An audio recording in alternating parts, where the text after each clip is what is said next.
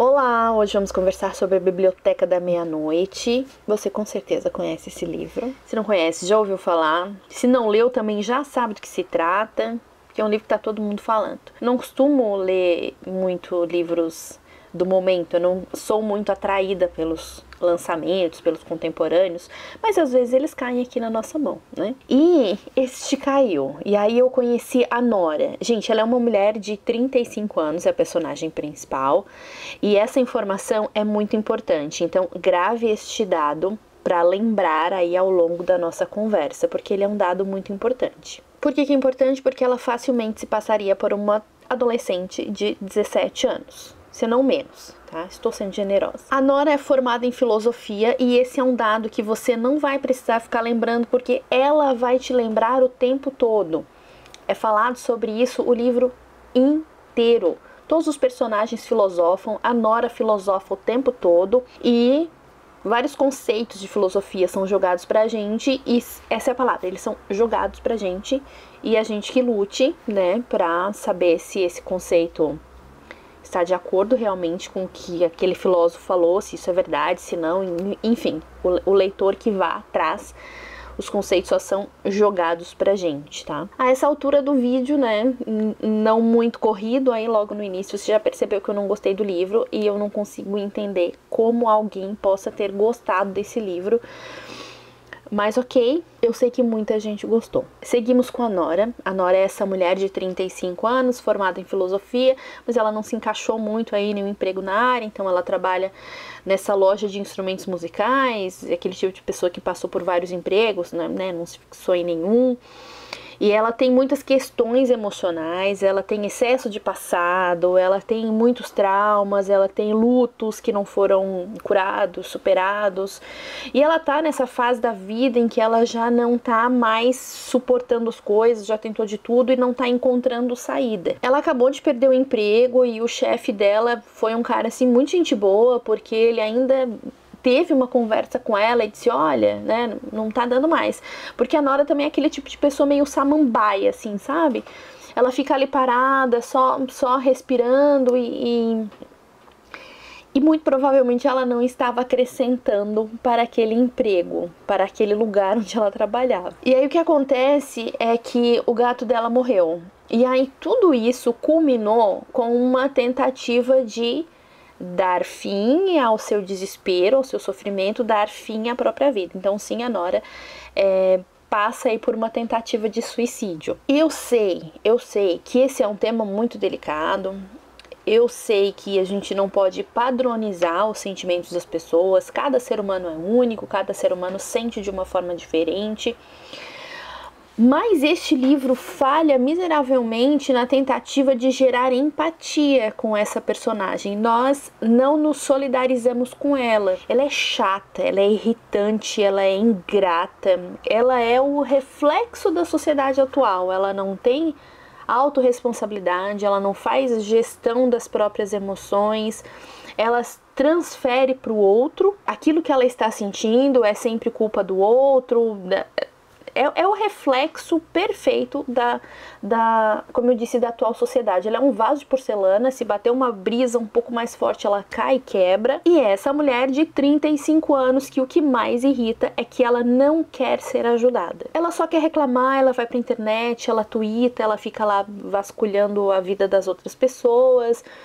E ela passa os dias dela filosofando com o gato dela, sozinha, e ela não se dá bem com os relacionamentos que ela tem, ela não se dá bem com a família, enfim. Pois bem, então ela comete suicídio, ela passa por uma tentativa de suicídio, né? Não fica muito claro se ela morre, se ela não morre. A gente só vai acompanhando a Nora e sabe que ela foi parar numa espécie de limbo, sei lá, uma espécie de purgatório, que é essa biblioteca da meia-noite. O relógio é sempre meia-noite lá. Que acho que muito provavelmente foi o momento em que ela, né, passou por essa tentativa de suicídio. E é uma biblioteca mesmo, é um lugar assim cheio de livros a perder de vista. Lá existe uma bibliotecária, que é como se fosse ali a guardiã, uma pessoa que fica filosofando ali junto com ela. Essa bibliotecária, ela tem as feições da bibliotecária mesmo, da escola, de quando a Nora era criança e adolescente. Muito provavelmente ela projetou nessa figura aí as feições da bibliotecária real da escola dela, porque essa bibliotecária teve um papel muito importante na adolescência da Nora, que foi essa mulher que deu uma notícia muito ruim para ela e que a confortou nesse momento de notícia ruim, se não me engano, acho que foi a morte do pai, enfim. Alguém faleceu e a bibliotecária deu a notícia e foi conforto, foi aconchego, conversou com ela. Então é uma das únicas pessoas aí na vida que ela teve uma relação um pouco mais próxima e essa relação de respeito. Então muito provavelmente essa figura faz esse papel de autoridade. É como se fosse um deus, tá? É como se fosse Deus, só não é estado Deus, mas é o Deus da Biblioteca da Meia-Noite. A gente já entendeu o que vai acontecer lá, né? É um livro muito previsível, tá? Ele não traz nenhuma novidade, a premissa dele é muito boa, o tema realmente seria muito interessante, mas a execução é que deixou bastante a desejar. Então o que acontece lá nessa biblioteca? Ela primeiro retira um livro que é o livro dos arrependimentos, então é um livro desesperador, ela abre, ela se acaba com aquele livro, porque imagine, né? Um livro que contenha todos os seus arrependimentos da vida toda deve ser horrível, né? Mas o que acontece é que ela vai entender que ela vai precisar ir resolvendo aqueles assuntos inacabados de todos aqueles arrependimentos. Então cada livro que ela vai retirando da biblioteca é uma vida que ela viveria se ela tivesse tomado determinada atitude, determinada decisão. É um amontoado de ses. Se eu tivesse sido nadadora, se eu tivesse seguido a carreira de vocalista da banda de rock, se eu tivesse me casado com uma pessoa tal, se eu tivesse aceitado o trabalho tal, se eu tivesse estudado tal coisa. De novo, assim, a premissa é muito boa, né? Quem é que nunca foi atormentado aí por um si na sua vida, né? Eu acho que é um dos grandes ladrões aí da alegria de cada um de nós. Se eu tivesse feito tal coisa, a pior coisa é que tem a gente ficar remoendo aquilo que passou e aquilo que a gente aquele ramo de vida que a gente não seguiu. O negócio é agora e daqui pra frente, mas não, ela precisa reviver cada uma daquelas situações. E de novo, é um livro muito previsível, porque a gente sabe o que vai acontecer, a gente sabe que ela vai viver cada uma dessas vidas e, né, e ela não vai querer ficar nessas vidas paralelas, ela vai querer seguir na ramificação original dela. Mas enfim, a gente vai acompanhando, são muitas, tá? São muitas, ela passa por muitas dessas vidas. Em cada uma dessas vidas, ela vai realmente passar ali alguns dias, ela simplesmente some e reaparece, assim, naquela vida. Então, ela tá perdida, ela entra no meio do contexto da coisa acontecendo, ela pega o barco andando, as pessoas estão conversando com ela e aí ela tem que se safar. Numa das vidas ela tá prestes a entrar num palco para dar uma palestra, porque ela é uma nadadora muito bem sucedida e ela tem uma questão mal resolvida aí com o pai dela, porque ela não seguiu a carreira da natação quando ela era adolescente, ela era muito boa nisso. Então esse é um dos arrependimentos dela aí do relacionamento com o pai, né? Então, quando ela entra nessa vida, ela sempre pega esse barco meio andando aí. Então, ela vai ter que, né, vai ter que se safar daquela situação e ela vai viver por alguns momentos. E ela sempre vai consertar alguma coisa em cada uma dessas vidas que ela vai viver. Então, o que ela vai ser? Numa das vidas, ela vai ser essa nadadora de muito sucesso, né, medalhista, que agora tá dando palestras motivacionais. Ela vai ser uma vocalista de uma banda de rock que ela também tinha, né, uma banda de rock junto com o irmão dela, que ela resolveu não seguir, e aí isso também gerou um atrito no relacionamento dela com o irmão, né, enfim, é um se, né, se eu tivesse seguido, aconteceria isso. Então ela traz essa possibilidade para um dos livros ali que ela retira da prateleira, essa grande estrela do rock. É bem... Ai, gente, é bem vergonha alheia, assim, porque tem um momento que eles, com essa banda de rock, eles vêm pro Brasil e eles participam de um podcast, enfim, bem...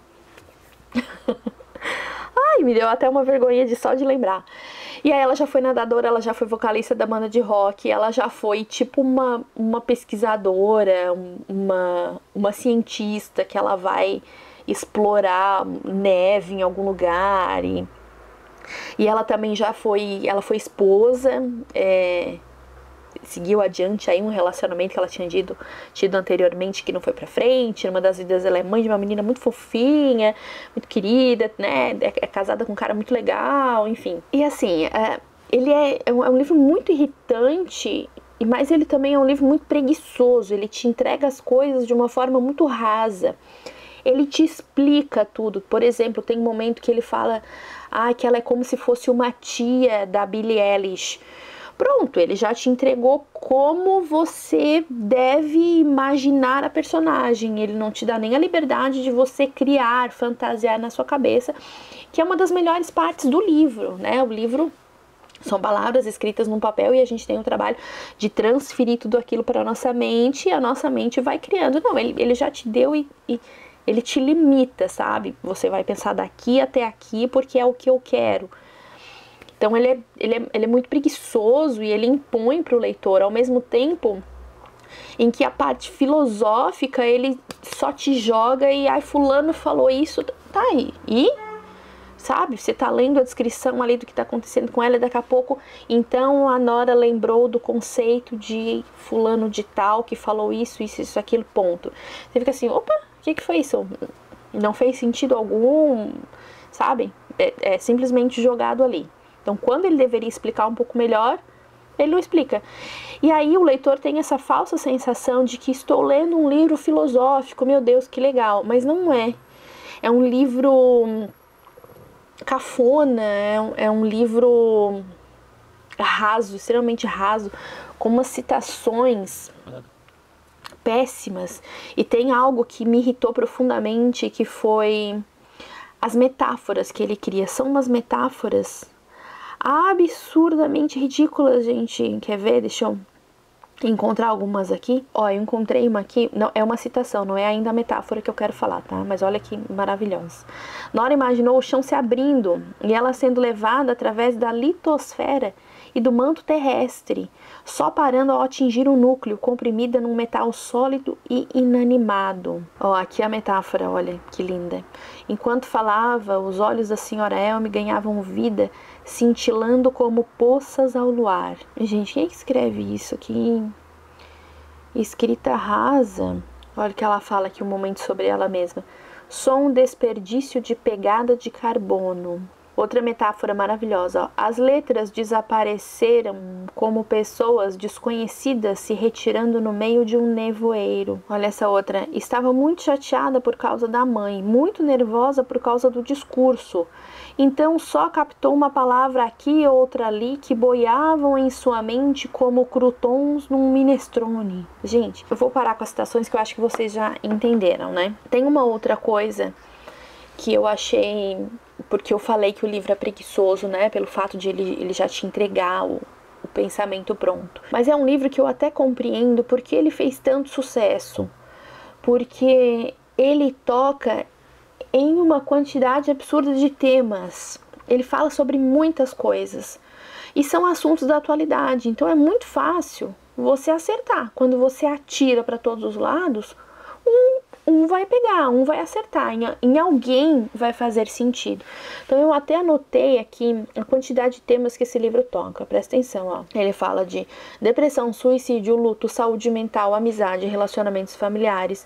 Ele fala do amor a gato e cachorro, aos animais, né, causa animal, música, veganismo, alcoolismo, arrependimentos de forma geral, relacionamentos homoafetivos, solidão, sucesso profissional, velhice, infância, traumas, medicação controlada.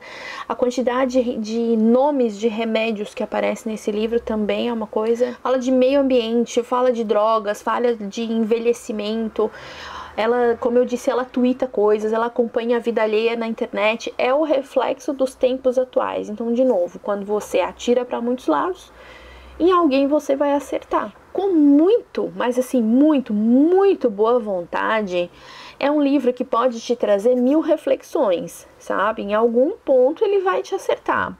Se você estiver disposto a relevar tudo isso que ele tem, sabe? Mas o fato é que existem milhares de outros livros com muito mais qualidade que tocam nesses mesmos temas. E aí eu fiz um exercício meu aqui particular, que é tentar relacionar um tema a um livro que eu considero muito melhor do que esse. E eu fiz esse exercício e eu levei lá pra minha newsletter. Eu tenho uma newsletter, vou deixar linkado aqui no box de descrição. Então, né, se te interessa, se gerou aí curiosidade, quiser acompanhar essas sugestões de livros, que eu julgo serem muito melhores, né, pra tratar sobre determinados temas, então vou deixar lá e você confere lá na newsletter. E aqui, ó, pode ser um spoiler pra alguém, não é o final, sabe? Até porque o final acredito que não seja spoiler, né, gente? Mas tem uma situação no livro que é um ponto de virada que eu pensei, opa, agora sim o livro vai melhorar, ele vai resolver tudo isso, né? Vai pra frente, vamos adiante no livro. Que eu acho que ele tinha muita oportunidade de trazer alguma coisa ali, de trazer uma guinada para esse livro. Que é o seguinte, numa dessas viagens, numa dessas vidas que ela vai viver, ela vai encontrar um igual a ela, que é um homem que também viaja entre vidas. Ele também, a gente não sabe o que aconteceu com ele, mas ele também está nessa espécie de limbo, de purgatório. Ele está desacordado, né? Provavelmente é em um hospital, alguma coisa assim.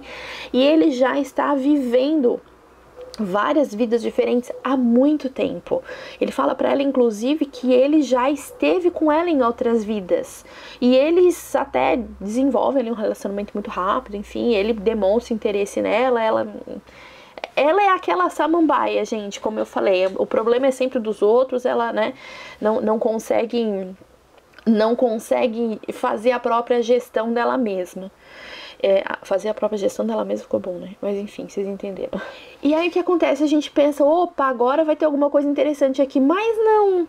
Ela simplesmente encerra o período dela ali, ela consegue sair de cada uma dessas vidas quando ela entra quando ela começa a voltar para uma situação muito desconfortável.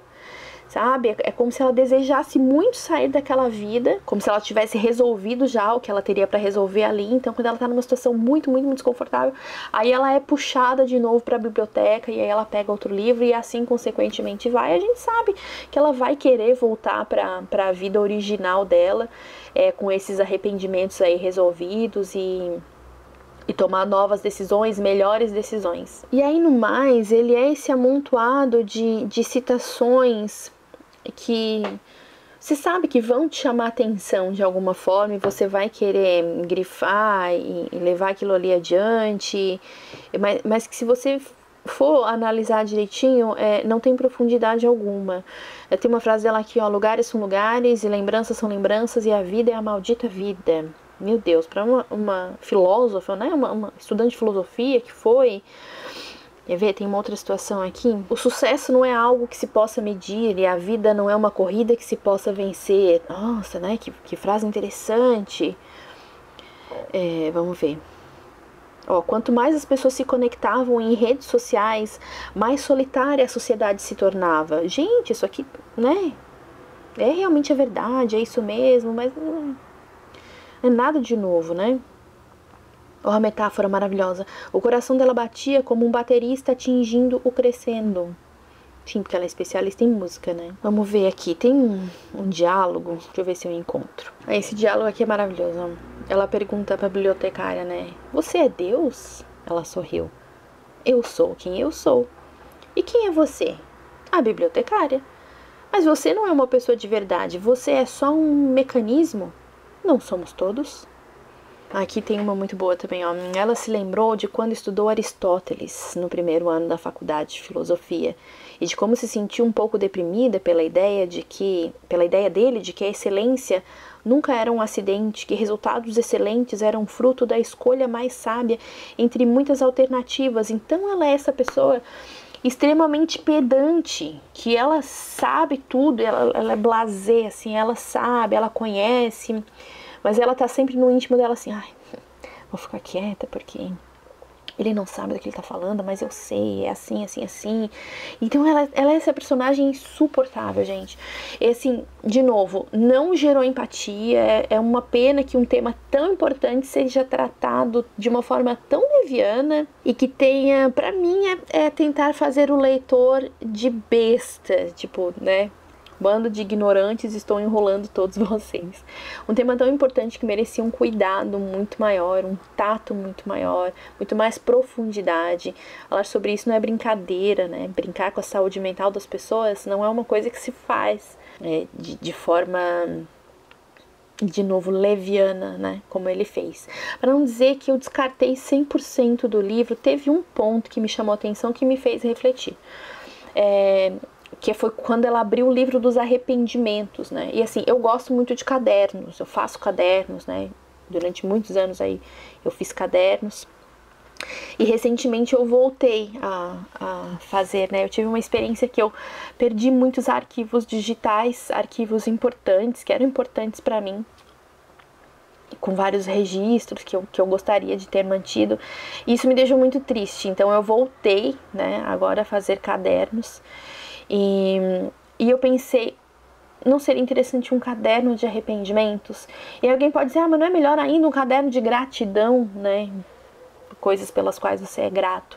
Mas um caderno de arrependimentos é interessante, porque se algo te fez se arrepender, se você anota, o fato de escrever ajuda, né, a trazer para a memória. A gente memoriza mais fácil, lembra mais fácil daquilo ali. Então eu fiz uma experiência, algumas coisas que me traziam arrependimento eu escrevi. E quando eu tinha tendência de fazer novamente aquilo, eu me lembrava, opa, mas tá lá no meu caderno de arrependimentos, então eu não vou fazer. Então eu deixei de fazer algumas coisas das quais eu iria me arrepender depois. Então isso foi algo que eu tirei, adaptei aqui pra minha situação de vida e fez sentido pra mim. Então é isso, gente. Como eu falei, um livro que merecia muito mais, um tema muito importante, que merecia um cuidado muito maior. Não é uma recomendação que eu dê, tá? Eu já conversei com outras pessoas que até tiraram pontos positivos, que entenderam o ponto do autor, entenderam ou até se identificaram com algumas questões da personagem, mas pra mim uma mulher de 35 anos se comportar dessa forma, não sei, gente.